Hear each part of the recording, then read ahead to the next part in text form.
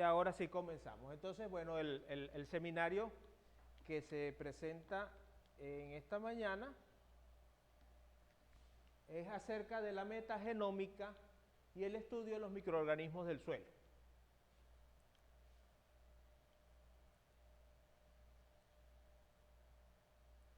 Parece que la cosa no está...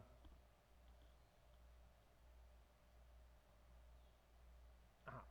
Entonces, el contenido del seminario, vamos a hacer una breve introducción, a ponernos todos al ras con la información necesaria referente a genómica, su definición y los principios biológicos que la sustentan, para poder después entonces entrar acerca de su forma evolutiva más avanzada actual, que es la metagenómica, también definirla y hablar de las metodologías de trabajo con las que se está abordando la problemática del conocimiento de las comunidades de microorganismos, no necesariamente del suelo, en la actualidad. Y por último vamos a ver algunos hallazgos, algunos, son muchos las cosas que se han descubierto en la actualidad y que se han conseguido por medio de esta herramienta, pues algunos de ellos que tengan que ver con nuestra área de conocimiento, que es el suelo y las relaciones con los agroecosistemas. Entonces comenzamos a modo de introducción. Podemos decir que la metagenómica viene siendo la evolución natural del conocimiento a partir del descubrimiento del ADN como la molécula que transmite la información genética, y desde allí, cómo ha ido poco a poco evolucionándose. Primero se descubre que el ADN es la molécula que transmite la información genética, luego se conoce mucho acerca de esa molécula y su capacidad para aportar información. Luego se comienza a estudiar los genes, ya no como la entidad abstracta que tenía la genética clásica, sino como la entidad respaldada en un soporte físico, que es la molécula de ADN, sobre la cual de hecho la naturaleza escribe instrucciones para la elaboración de proteínas y para la realización de procesos. Luego avanza con la descripción de los genes y se comienza a comprender que no es un gen con una instrucción y nada más, igual como un recetario. Un recetario tiene una receta para un pastel para cumpleaños, pero es que el pastel de cumpleaños no se hace para desayunar, ni se hace para cualquier día de la semana, sino que tiene un cuando cumpleaños alguien, un dónde, en el lugar donde vamos a celebrar la fiesta, un tiempo para hacerlo, una hora del día para hacerlo. De igualmente se descubre que no son genes, que son genes e instrucciones de cuándo, dónde, por qué, de qué manera, a qué velocidad, cuándo comienza, cuándo deja de actuar un gen. Entonces ya pasamos a un nivel más elevado, que es ya no el estudio de los genes, sino el estudio del genoma, o sea, el conjunto de genes. Y luego que se conoce todo eso y se tiene ya información, bastante información acumulada, y se tiene bastante experiencia en la descripción de secuencias y en la comprensión de secuencias, entonces estamos en condiciones de estudiar no un genoma, sino muchos genomas y su interacción. Y eso es lo que es la metagenómica.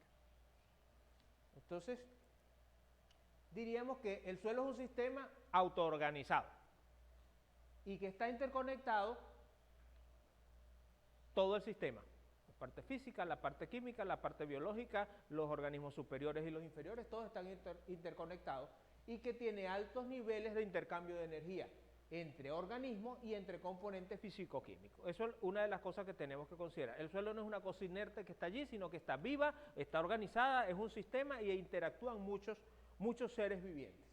Luego, entonces surge la genómica. Nos saltamos toda la genética, nos saltamos todos los genes, no tenemos tiempo para ello y pasamos directamente a la genómica.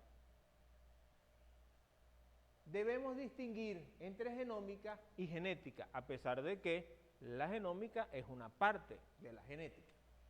La composición, la variabilidad y el funcionamiento de los seres vivos puede ser estudiado enfocándose en genes singulares, como lo hace la genética, o puede ser considerando el ser completo de los genes, todos los genes y no solo los genes, las instrucciones que acompañan a los genes y sus interacciones por medio de la genómica. Entonces la genómica es una forma de mirar en macro una realidad de un organismo.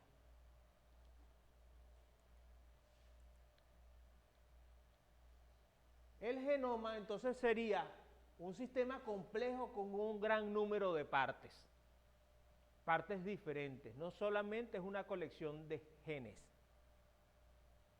Si lo miramos como un libro, me encanta también ver la analogía, un genoma podría verse como un libro, y el libro no solamente tiene, si fuese un recetario, recetas, si fuese un libro de texto, temas o contenidos, sino que hay un lomo, hay una portada, hay una contraportada, hay índice, hay hojas de respaldo, hay resumen, hay divisiones de capítulos, hay imágenes, o sea, muchas más cosas que el contenido escrito.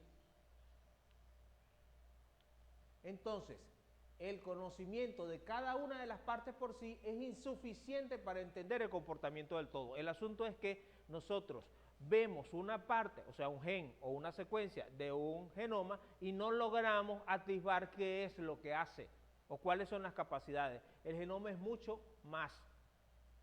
Es algo como que si nosotros tenemos un núcleo, bueno, esto es un núcleo, y tenemos una mitocondria, y tenemos un cloroplasto, y tenemos un cloroplasto, y si lo juntamos todo, tenemos un ser vivo. Entonces, el núcleo es una cosa, el cloroplasto es una cosa, pero cuando lo hacen todo, cuando lo ponemos todo, tenemos un ser vivo, y hace muchísimas más cosas que la suma de las funciones de cada uno por separado. Desde el punto de vista genómico, la información acerca de la función individual de un gen resulta insuficiente. No es suficiente conocer la función de un gen. Tenemos que saber el cómo, el cuándo, el por qué, el para qué, en qué momento, cuándo cesa, cuándo se detiene, cuándo continúa, cuándo se reinicia, si no se reinicia. Y todas esas informaciones están en el genoma. Entonces, un repasito muy breve nada más para que comprendamos lo que vamos a hablar posteriormente. Los elementos de un genoma, también muy breve, puede ser que encontremos más, puede ser que algunas personas aquí distingan otros elementos que no voy a mencionar, pero nada más es para tener información básica. Esto lo podemos encontrar en el ADN de un eucariota. Por supuesto, en el número 1, genes que codifican proteínas en secuencia única. Lógico, nosotros en el ADN vamos a encontrar genes. Y los genes son las instrucciones para la codificación de una o más proteínas que se elaborarán a partir de esas instrucciones y que esas proteínas realizarán una función en el organismo, bien sea en forma de enzima, bien sea en forma estructural, como un componente, de alguna forma lo van a hacer. Pero además de eso están otros fragmentos de ADN que están en copias múltiples, que no está una copia, sino que hay muchas. Hay secuencias funcionales donde para nosotros en nuestro concepto decimos que sirven para algo, pero hay secuencias que tienen función desconocida, que anteriormente se le llamó ADN basura. Basura era nuestro criterio, que lo que no sabemos para qué sirve, decimos que no sirve. Simplemente, pero no es que es ADN basura, tiene otras funciones. Entonces, entre las secuencias funcionales están familias de genes codificantes, o sea, genes que hacen más o menos lo mismo, pero no exactamente igual. Hay familias de genes dispersos y familias de genes en tándem. Unas están regaditas en el genoma y otras están todas juntas. Secuencias funcionales que no codifican. Una secuencia funcional que no codifica no sintetiza una proteína a partir de ella, pero hace algo. Sirve de interruptor para que se active o no se active. Fíjense que nosotros todo el tiempo no estamos haciendo lo que dicen nuestros genes. Por ejemplo, los genes relacionados con la preñez no están funcionando todo el tiempo en una mujer.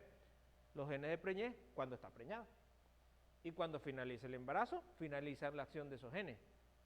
O los genes que producen la hemoglobina para cuando se está en el vientre materno, que tiene una gran afinidad por el oxígeno porque el bebé está encerrado en el vientre materno, en el claustro materno como también se le menciona, son unos genes, pero en el mismo instante que el niño salió al aire y lloró, esos genes cesan de funcionar porque ya no se necesita esa hemoglobina, necesita la otra hemoglobina, la de los que estamos fuera del vientre de nuestra madre.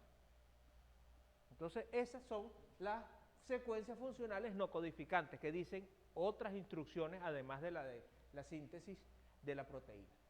Después están las secuencias con función desconocida, el ADN de los centrómeros, las repeticiones en tándem con número variable, secuencias transponibles que se pueden cambiar de un sitio a otro, transposones que se mueven como ADN, elementos retrotransfonibles y secuencias relativas a retrovirus, porque hay muchas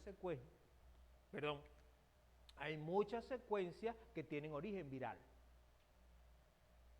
Y por último está el ADN espaciador. Parece que no hace nada, pero es el que genera los espacios entre una cosa y otra, y un espaciador también tiene una función. Entonces todo esto es lo que es un genoma, y estamos viendo que la cosa se proyecta mucho más allá de lo que es un gen. Vamos a la metagenómica. La forma evolutiva de la genómica es que ya no estudiamos un genoma, que eso estábamos viendo antes, era la descripción del genoma de Arabidopsis thaliana.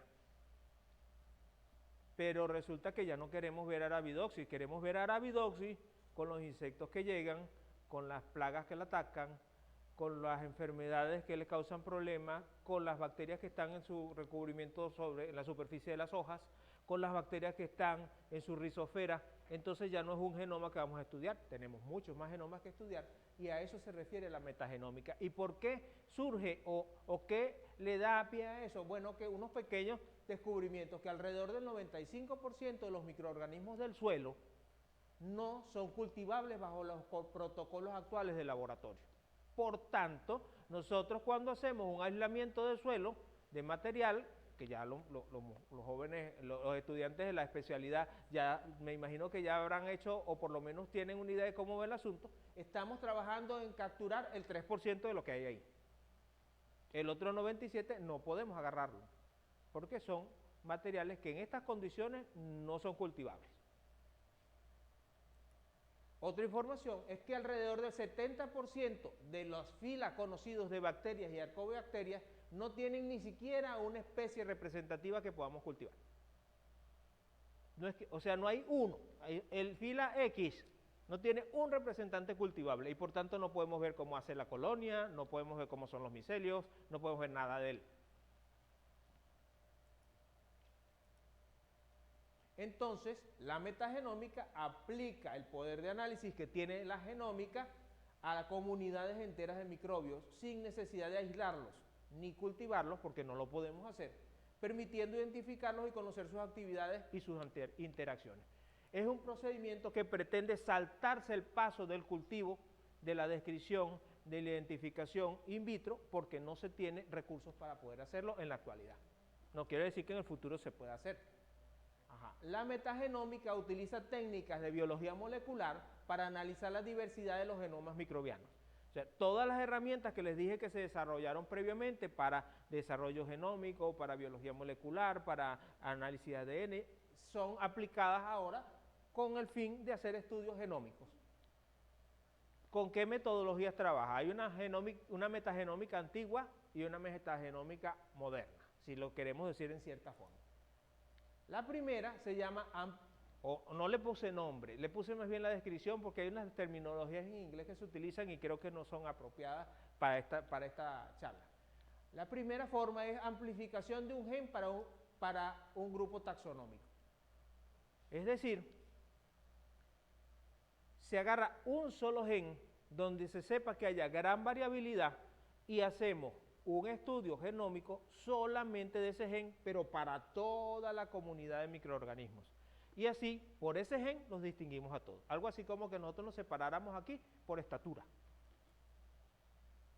Y empezamos a agruparnos por estatura. Empezamos a medir las estaturas y empezamos a generar grupos. Algo parecido, pero con un gen que sabemos que es informativo y que no da la trivialidad de que somos unos de menor y mayor tamaño, sino que va a la precisión de decirnos qué especies o qué géneros estamos tratando. Esa metodología generalmente se utiliza el gen para diferenciar, en general, el 16S, que es un gen de la fracción pequeña del ribosoma, para bacterias y arqueas. Y un gen ITS para hongos. Y existen algunos otros para otros organismos, pero básicamente esos dos. El procedimiento, muy breve y muy resumido. ¿Qué se hace? Toma de muestra es sumamente importante. Recordemos, si estamos tratando de trabajar con microorganismos, nosotros estornudamos sobre la muestra y ya la sembramos. Nosotros nos rascamos la cabeza y luego agarramos la muestra y ya la sembramos. Entonces, la toma de muestra se vuelve fundamental, al punto que lo que están haciendo ahorita, por ejemplo, con paleogenética, se están poniendo el traje del COVID para entrar a los yacimientos arqueológicos para poder recoger un hueso y para poder trabajar con el genoma de un de un organismo ya fallecido de hace mucho tiempo y fosilizado, porque si no, terminamos secuenciándonos a nosotros mismos en vez de lo que recogimos. Porque es mucho más abundante mi ADN del suspiro, de la transpiración, que lo que pueda quedar en el ADN de la muestra arqueológica que está allí. Entonces, eso mismo sucede aquí. La muestra es muy importante saber cómo tomarla. Luego, se hace una extracción del ADN total presente en esa muestra, se colocan unos, lamentablemente no hemos visto biología molecular, podemos entrar en detalle, se hace reacciones de PCR para amplificar los genes de interés, en caso de que sean bacterias y arquea el 16S.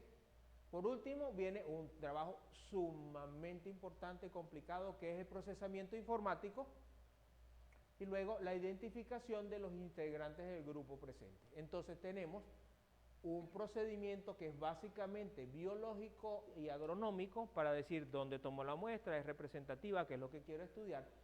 Dos procedimientos de biología molecular, extracción de ADN y amplificación por PCR, netamente de biología molecular, y dos procedimientos netamente informáticos para matemáticos y bioinformáticos, que son los que se van a encargar del asunto, porque el proceso es bastante complejo.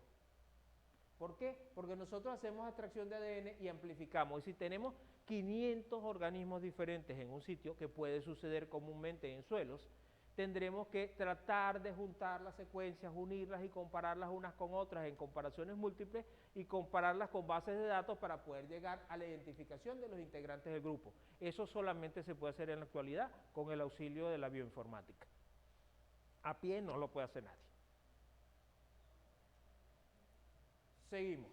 ¿Qué ventajas nos brinda este método? Que podemos conocer la composición de una comunidad de microorganismos. Básicamente eso. ¿Qué comunidad está en una rizosfera? ¿Quiénes? ¿Cuánta representación tenemos de arquea? ¿Cuánta representación tenemos de bacteria? ¿Cuáles son los filums de bacteria y cuáles son los filums de arquea que están representados? Y así podemos llegar hasta especies. Es posible enfocar todo el microbioma desde el punto de vista de un solo gen. Y nos permite reportar también la abundancia. ¿Quiénes están más representados y quiénes menos? ¿Qué desventaja nos genera? Se quedaron por fuera los virus, que no tienen por supuesto 16S porque no tienen ribosomas, y se nos quedaron por fuera los eucariotas, que tampoco son abordables por esta metodología en general. O se tiene que hacer solamente para eucariotas o solamente para procariotas, pero no juntos. No informa nada acerca de la función, solamente sabríamos quiénes están, cómo están representados, funciones no. Y por último, no se puede estudiar la interacción entre los miembros de la comunidad. Por eso decimos que esta es la antigua, esto fue lo primero que se generó para metagenómica, y de hecho en la actualidad ya no se le llama metagenómica, porque se consideró como que es muy limitada para hacerlo. Cosas de denominaciones que no tienen ninguna trascendencia realmente. Luego, la segunda metodología se le llama shotgun, o secuenciación, yo diría que a perdigonazo, o sea, a los golpes, a machetazo limpio, podríamos decirlo en criollo. O sea, agarramos una secuencia, un metagenoma, o sea, el genoma de muchos microorganismos, lo cortamos en pedacitos al voleo, como sea, y luego secuenciamos todos los pedacitos y los volvemos a juntar.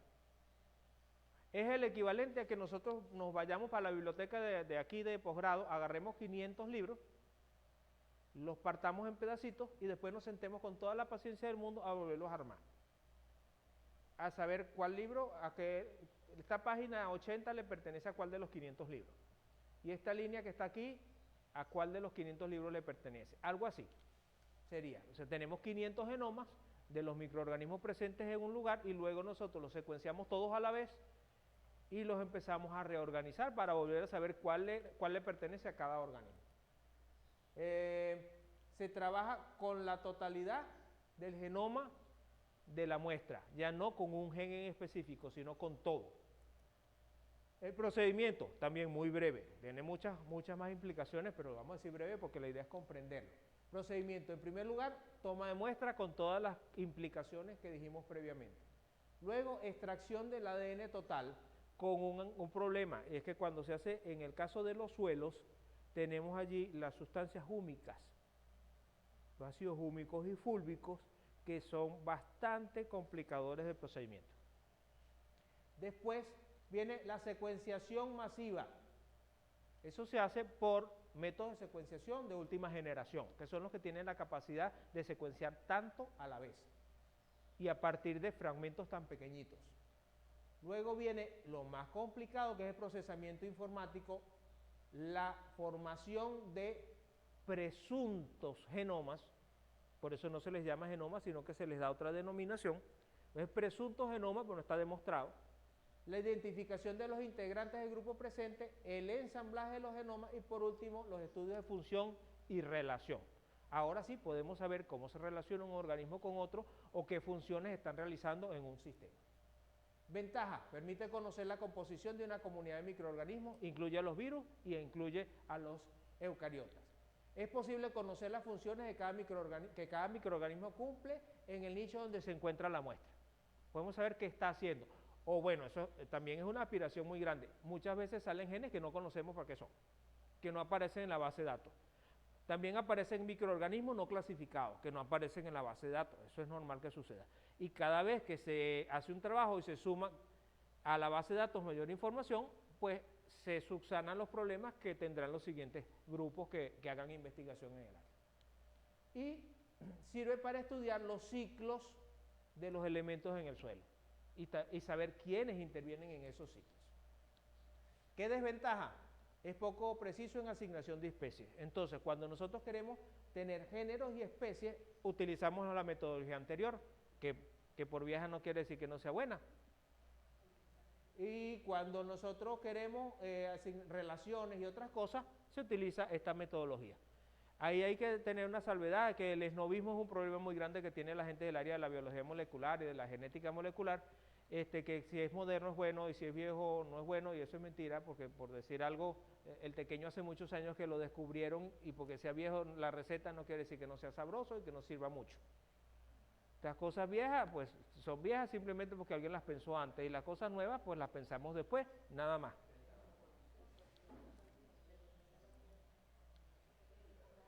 Ajá, seguimos. Entonces aquí tenemos un ejemplo, la gente que trabaja en metagenómica es muy creativa con los gráficos, ya van a ir viendo que los gráficos ninguno es XY, ninguno tiene una parábola, sino que son unos gráficos un poquito extraños. Aquí tenemos, me disculpan, deberíamos por requerimiento del seminario traducir los textos de las figuras, pero son demasiado complejos y me pareció que no era conveniente traducirlos porque muy probablemente iban a perder sentido.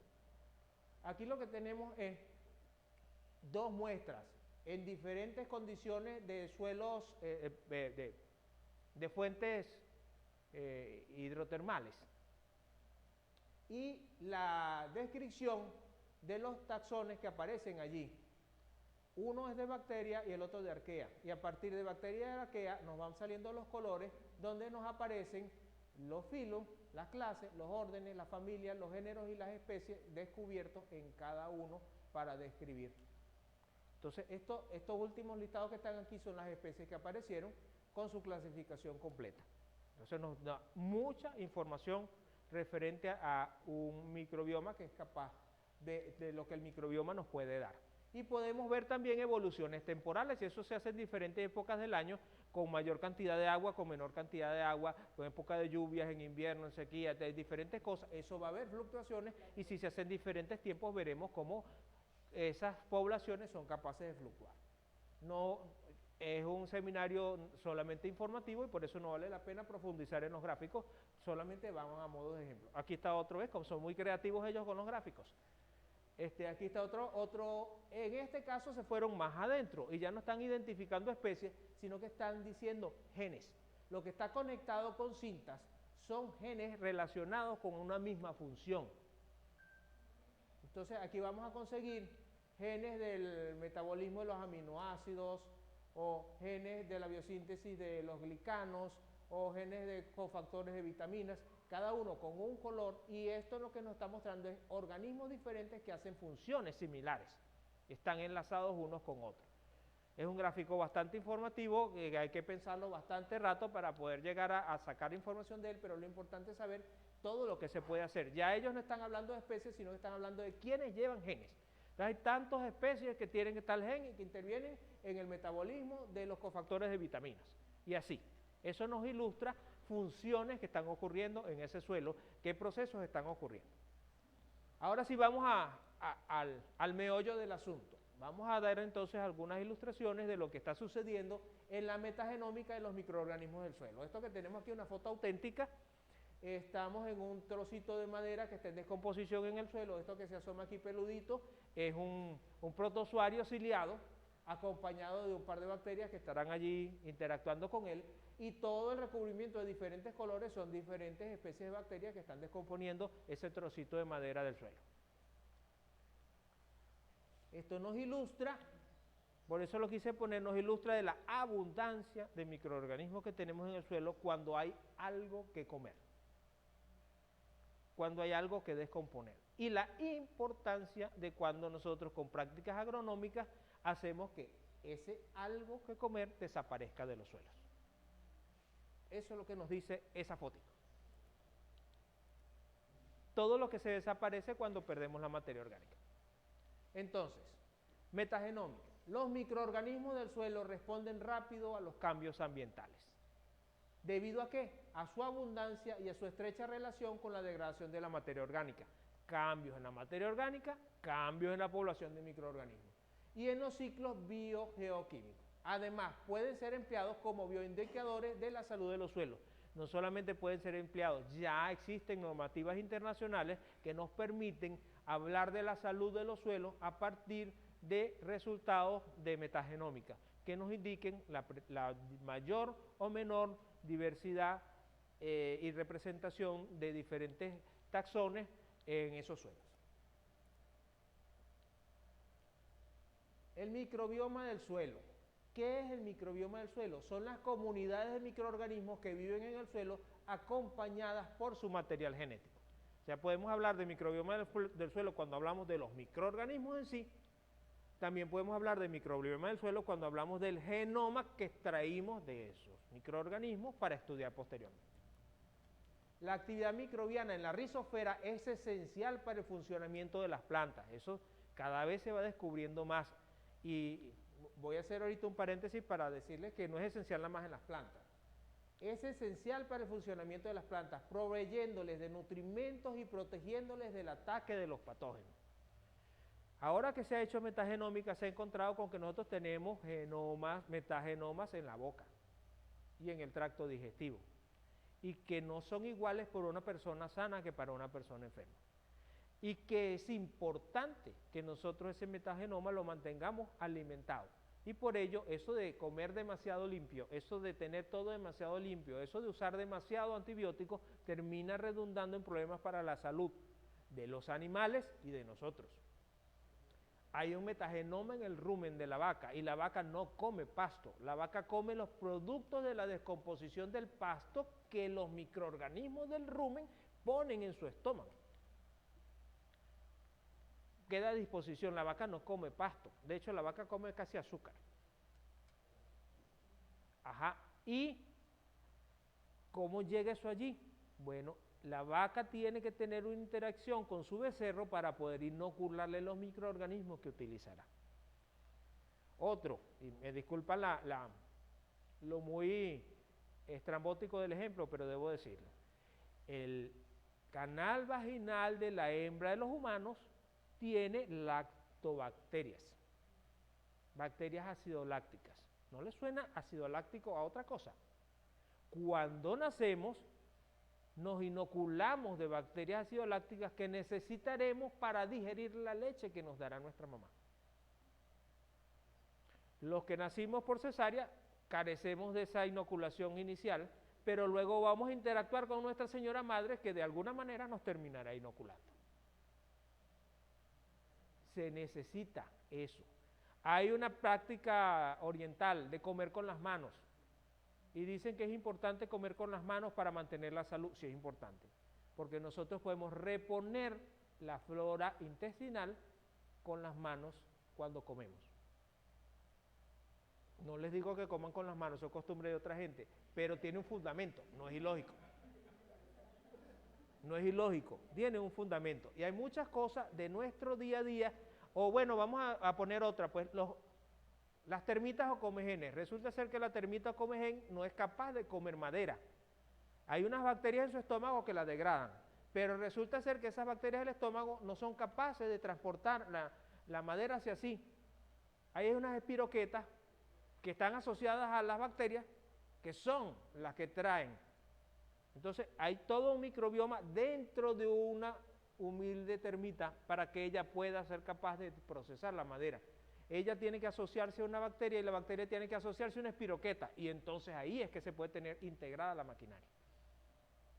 O sea, los microorganismos interactúan, e incluso esto ha llevado a un problema, que es que ahora se desdibujaron los conceptos de individuo y de especie.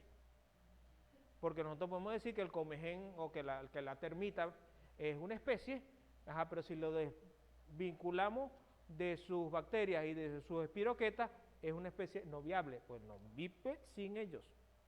Entonces, ¿hasta dónde es individuo?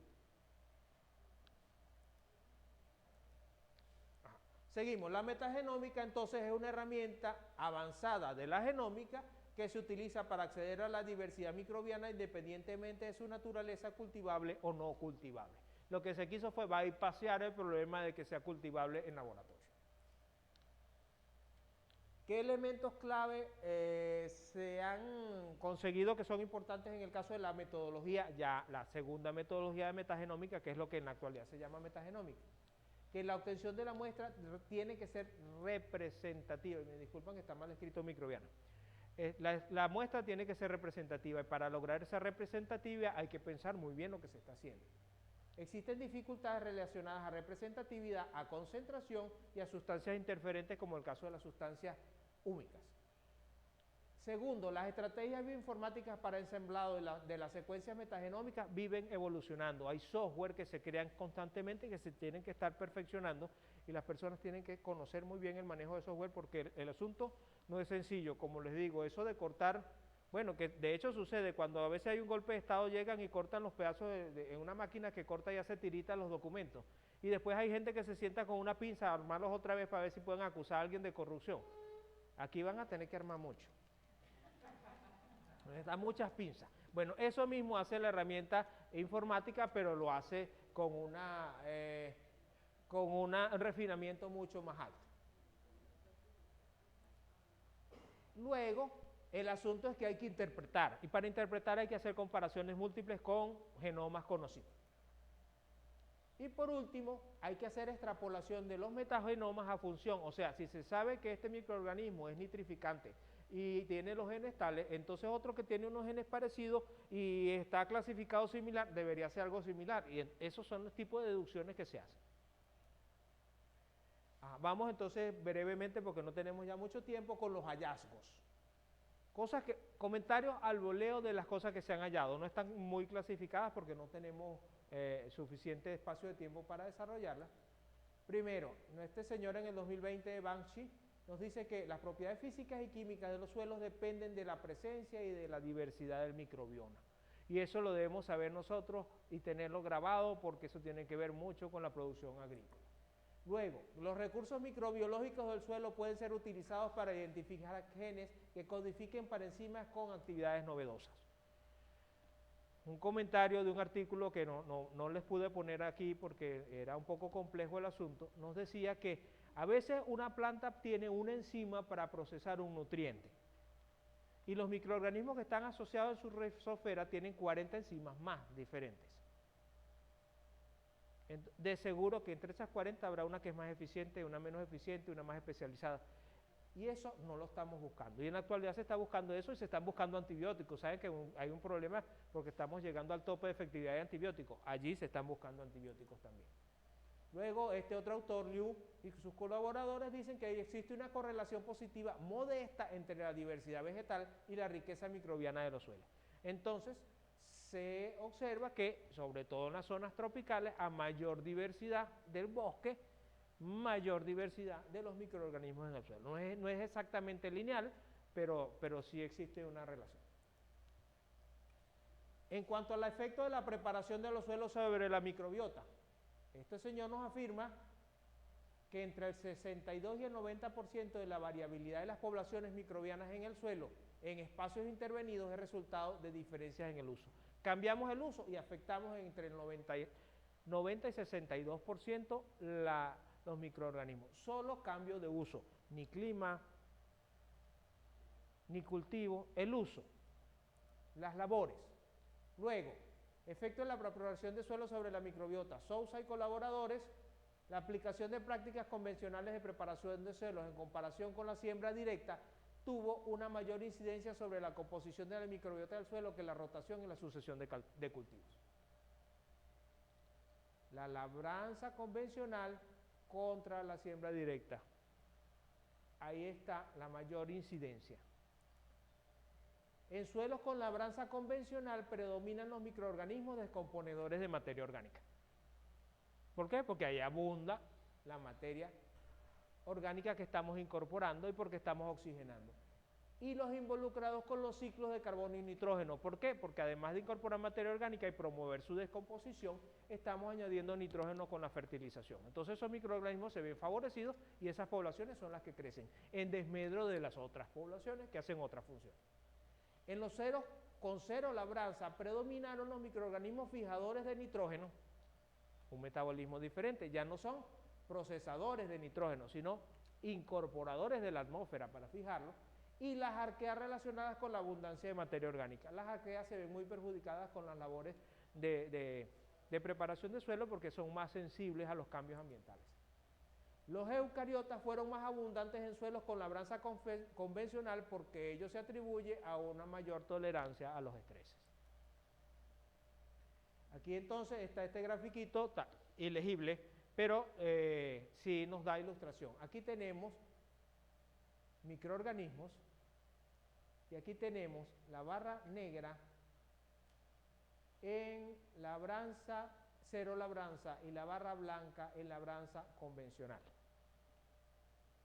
¿Qué observamos? Que la barra blanca desaparece en muchas partes. Cuando hacemos labranza convencional, muchos organismos que estaban en cantidades pequeñas, miren su barrita negra, no tienen barra blanca, porque desaparecen. Entonces se conservan algunos, los que son más resilientes, los que tienen una mayor adaptabilidad al estrés, pero una gran cantidad de tipos de microorganismos desaparecen. O sea, se afecta la diversidad. Y con la pérdida de diversidad, está la pérdida de funciones, y desaparecen las enzimas que utilizan esos microorganismos para interactuar con la planta. Otro hallazgo, efecto del monocultivo sobre la microbiota. El cultivo continuo de caña de azúcar afectó negativamente a comunidades bacterianas de hongos y de hongos micorríticos en el suelo. Esto es un experimento realizado en suelos donde se cultivó caña de azúcar de manera continua por 30 años. Los cambios en las comunidades de microorganismos del suelo en el monocultivo continuo de caña está asociado a la reducción de producción y calidad. Ellos observaron que entre los factores que se encontraban era que la caña de azúcar con 30 años en el suelo de monocultivo tenía una pérdida de calidad y de producción considerable que se atrevían a atribuir a la pérdida de diversidad de los microorganismos del suelo. Bajo iguales condiciones de manejo, en la medida que el tiempo de monocultivo de caña de azúcar se incrementó, la riqueza de especies de hongos y bacterias disminuyó, mientras que se incrementaron los hongos micorríticos. Este es un efecto que se ha considerado también que tiene su punto de positivo, y es que al hacer monocultivo, los microorganismos de ese suelo se especializan en atender a ese único hospedero que tienen. Aquí está dicho en gráfico. Lo que estaba dicho en palabras está dicho en gráfico. Aquí tenemos, aunque ustedes no lo lean acá, esto que está como anaranjado son los suelos en que tiene un año la caña de azúcar. Los verdes tienen 10 años y lo azul tiene 30 años. Y ahí se ve cómo va bacterias, hongos y hongos micorríticos. Cómo hay una disminución a los 30 años, miren, la pérdida de bacterias, aquí de hongos, muchos más que de bacterias, y los micorríticos sí hay una pequeña subida en comparación a lo que había originalmente. Entonces aquí podemos ver cómo evoluciona ese microbioma en esas condiciones. Luego, el efecto del intercalado de cultivos sobre la microbiota. Esto, los chinos y los mexicanos están predominando los artículos que están publicados en inglés. Lo de la caña fue en China, y esto también, este té es en China. El cultivo de té, que ustedes saben que se cultiva como setos, como setos decorativos, hileras así largas y espaciados. El cultivo de té se puso sin nada en el espacio de separación, sin ningún cultivo, y con 2 leguminosas. Y luego se hicieron las comparaciones contra el monocultivo.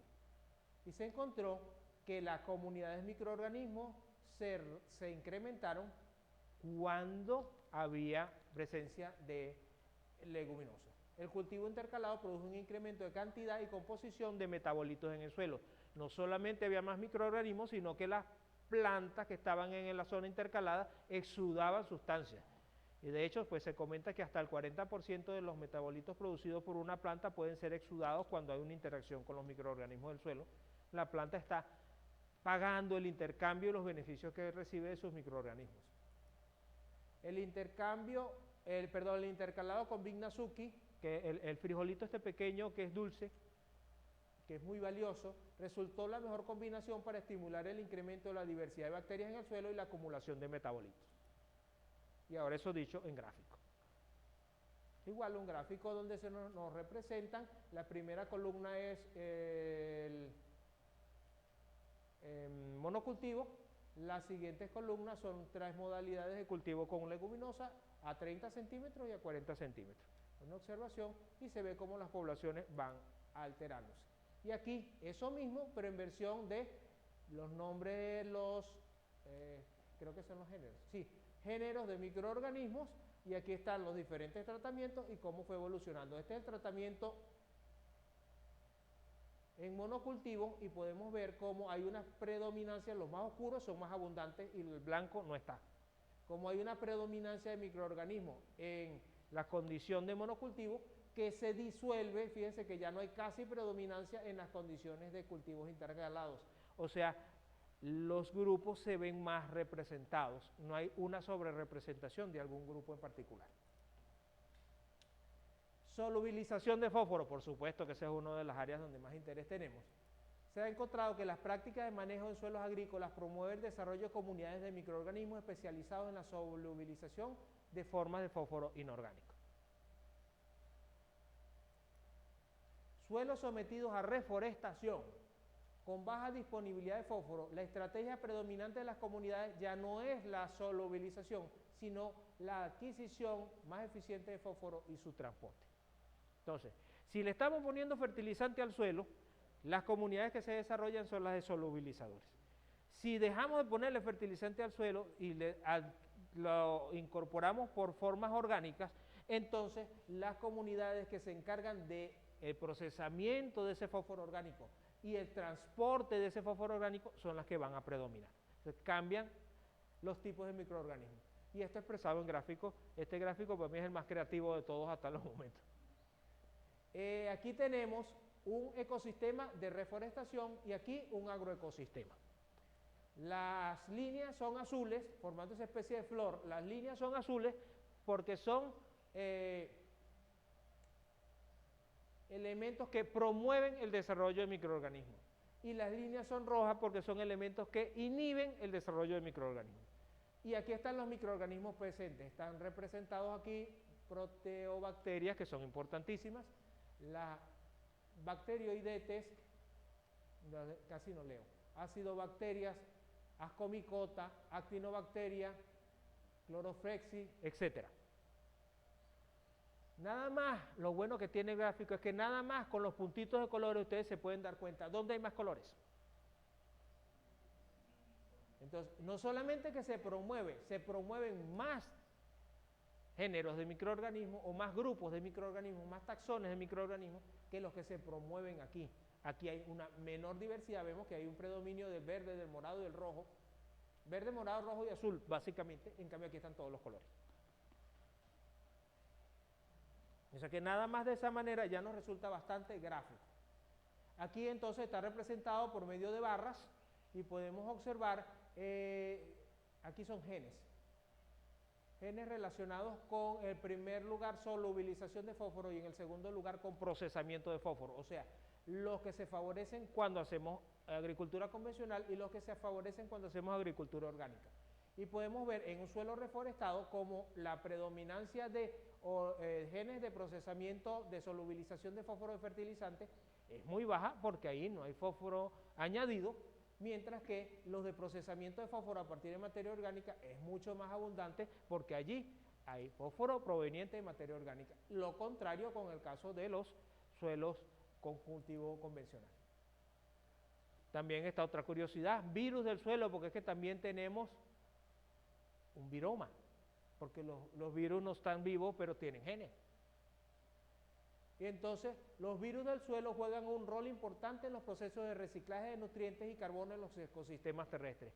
¿Qué se ha encontrado? Que parece ser que el switch, el interruptor, que hace que diga que unas bacterias están consumiendo materia orgánica y ahora toca esa materia orgánica incorporar esos nutrientes al suelo, son los virus. O sea, se desarrolla la población de microorganismos y comen nitrógeno, incorporan fósforo, incorporan nutrientes del suelo. Luego viene el virus, enferman las bacterias, las mata y el nutriente ahora pasa a disposición de otro. Entonces los virus actúan como los elementos que dicen cuándo se va a liberar el asunto y están muy relacionados con el resto del grupo y son abundantísimos. En los suelos agrícolas los factores que afectan la rizosfera pueden alterar la diversidad microbiana y con ello a los virus asociados, porque los virus, por supuesto, el virus está allí porque tiene a quien atacar o a quien afectar. Entonces si se afectan los microorganismos, se afectan sus virus correspondientes porque habrá un virus al menos para cada uno, muchos más. Los factores ambientales como pH, temperatura, humedad o nivel de nutrientes contribuyen a la variación de las comunidades virales al afectar a sus hospederos. Y un último comentario, las prácticas de manejo orgánico, la aplicación de compostos supresivos tiene un efecto considerable sobre el incremento de la supresividad de los suelos donde son aplicados. Ello se atribuye a la microbiota supresiva. Decimos supresivo con aquellos asociaciones o comunidades de microorganismos que por su propio intercambio, por su propia interacción, impiden que los patógenos actúen o que se establezcan incluso. Son así como las comunidades cerradas, así como cuando uno llega a un sitio, que eso pasa mucho en las iglesias, en los grupos de jóvenes, en las universidades, que hay un grupo muy bueno, todo el mundo quiere estar ahí, pero son impermeables, nadie entra. No dejamos, bueno, así eso es un supresivo. Una maravilla, ayuda a las plantas y todo, pero aquí no entra nadie, el que se acerque no lo dejo entrar. Ajá. La supresividad natural de un suelo es bastante efectiva contra patógenos oportunistas, Pythium, Rhizoctonia, Fusarium, etc. Pero es menos efectiva contra sistemas hospederos patógenos muy específicos, como en el caso de Fusarium oxysporus con la forma especial Meloni para melón o Fusarium oxysporus forma especial Lycopersicii para tomate, que son interacciones ya mejor desarrolladas, más afinadas y en ese caso es menos supresivo. Y la aplicación de purines, para quien no lo sepa, purines son descompuestos de residuos orgánicos, generalmente nada olorosos. Vermicompostos, aceite de nin y orina de ganado durante 10 años en un suelo agrícola llevado con cultivo orgánico, promovió el predominio de fijadores de nitrógeno atmosférico y de solubilizadores de fósforo en la comunidad de microorganismos. Y algo sorprendente, varios genes de bacterias patogénicas para humanos que se detectaban en el suelo de agricultura convencional no están presentes en el suelo sometido al manejo agronómico orgánico. O sea que añadimos la orina de ganado, añadimos los excrementos de ganado, añadimos el purine hediondo ese que uno se imagina que huele horrible, y resulta ser que lo que hace es que nos suprime el desarrollo de microorganismos dañinos para los humanos.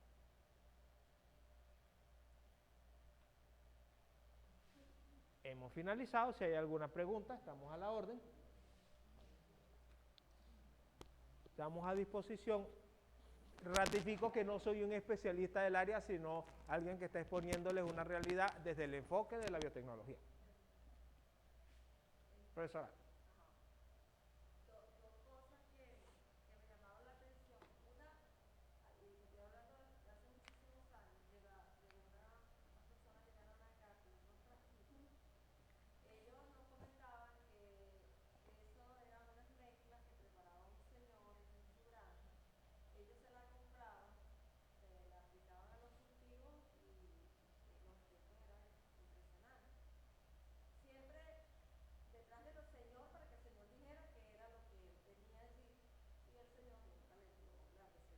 El señor nunca decía la fórmula del producto. Pero entonces llegaron y le dijeron al señor, bueno, nosotros le vamos a comprar a usted todo el sistema que usted tiene allí, usted nos va a dejar, por decirlo así, la solución madre y nosotros somos quienes lo vamos a empezar a preparar.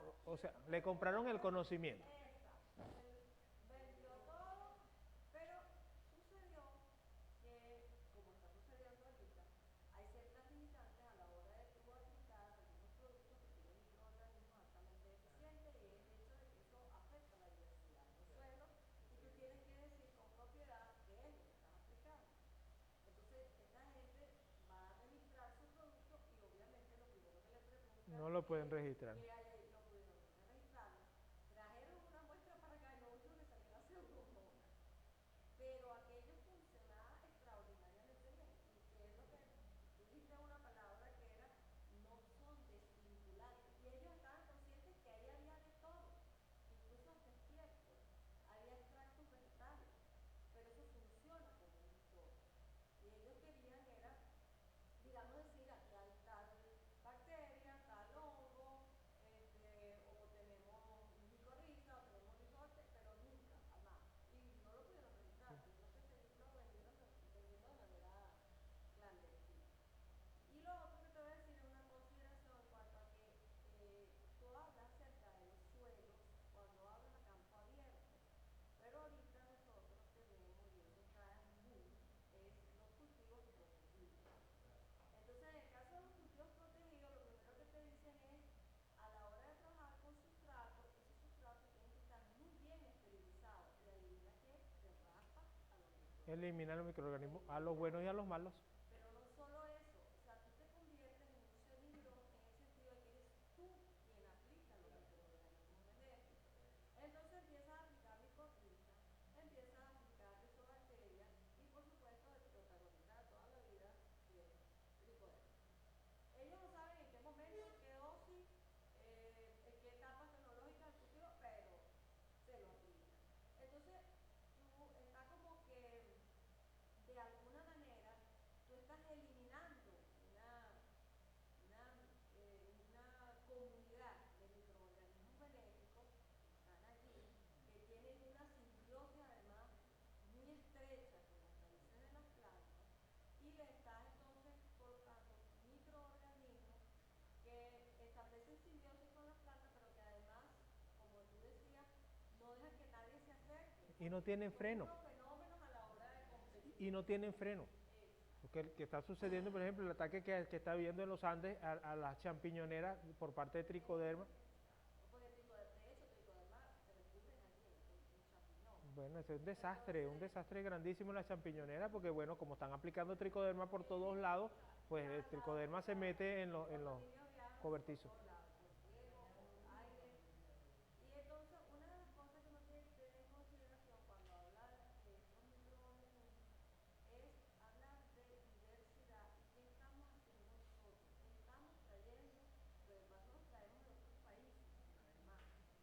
Y estamos introduciendo una serie de especies que quizás no son, mientras la estés manejando bajo cultivo protegido, pues la cosa como que no es tan grave. Pero ya cuando se toma la determinación de llevarlo al campo, como en este caso que tú explicas, ya ahí sí hay que ponerle el ojo.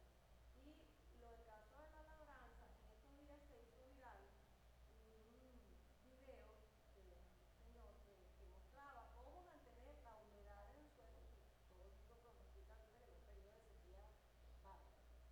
Y era eso, precisamente, a través de mantener la composición de los microorganismos en el suelo. Pero esto que tú estás explicando aquí, cuando esa gente trajo el frasquito, que no sabía qué tenía, bueno, ellos lo hubieran... Ahí está la realidad. Exacto. Ese es un problema que está enfrentando ahora, porque si se piensa, bueno, vamos a reconstituir reinocular en suelo, pero ¿cómo generamos un producto que tenga valor comercial? No podemos generarlo, porque las normativas ni aquí ni en ninguna parte del mundo te van a permitir que tú vendas una cosa que no diga en la etiqueta qué es. ¿Y cómo sabemos qué es? Lo mandamos a que lo cultiven aquí, claro, van a salir los cultivables. Y muchas veces esas fermentaciones están haciendo anaerobias. Y sin embargo, pues, no tenemos una forma y son comunidades. Y no podemos tampoco decir, bueno, vamos a aislarlas, las cultivamos en laboratorio y reconstruimos la comunidad. Probablemente ya no la puedas reconstruir porque eso es un todo. Igual agarramos un gato y le quitamos las patas, la cola, la cabeza y después las juntamos y no salió un gato, salió un cadáver. No podemos, ya eso era un sistema y ya no podemos volverlo a reconstruir como una realidad. Tú hablabas de los exudados radicales de las plantas, que son precisamente quienes atraen a estos microorganismos, ¿verdad? Y eso ya automáticamente hace que no solamente los exudados cambien en composición y también toda esa ecología que está alrededor de la rizósfera de la planta, sino que la planta también es la que impide de alguna manera que algunos microorganismos que a ella no le conviene, pues se acerquen hasta esos exudados, hasta esas raíces. O sea, es todo un mundo, ¿no? Es todo el mundo y es un momento de interacción y restablecerlo no es tan fácil.